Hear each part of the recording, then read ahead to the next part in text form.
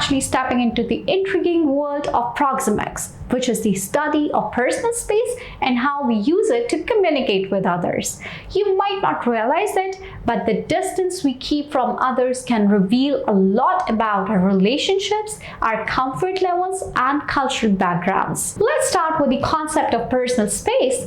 It's that invisible bubble we all carry around us, a buffer zone that we consider our own. The size of this bubble varies depending on several factors, including our culture, individual preferences, the situation, and a relationship with the person we are interacting with. Edward T. Hall, a cultural anthropologist, identified 4 main zones of personal space. Intimate distance that is 0 to 18 inches. This is reserved for our closest relationships, partners, family members, and close friends. Entering this zone usually signals intimacy, trust, and affection. Personal distance 1.5 to 4 feet. This is a space we typically share with friends and acquaintances. It's close enough for personal conversations, but not so close as to feel invasive. Social distance 4 to 12 feet. This is the distance we maintain in more formal interactions, such as a business meeting or social gatherings. It actually allows for a sense of professionalism and respect. Public distance 12 feet and beyond.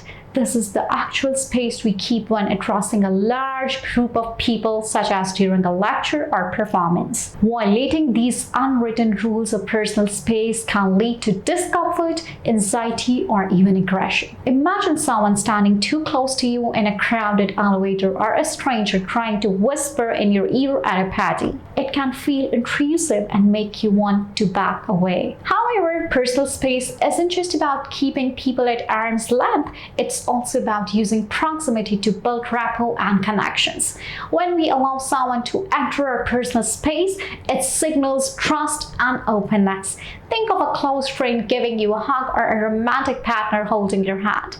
These gestures of closeness can strengthen our bonds and make us feel even more safe and loved. Cultural differences play a significant role in how we perceive and use personal space.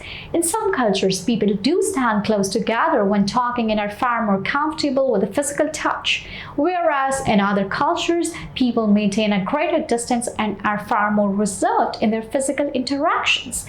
Just understanding these cultural nuances is essential for effective communication and avoiding the misunderstandings. Observing how people use personal space can give us valuable clues about their feelings and intentions. Someone who constantly invades in your personal space might be trying to intimidate or dominate you. Conversely, someone who keeps their distance might be feeling shy, insecure, or uncomfortable. By becoming more aware of your own use of personal space and understanding how others use it, we can navigate social interactions with greater ease and confidence. We can use the proximity to build rapport, show affection, and establish trust. And we can also respect the personal space of others, making them feel more comfortable and respected.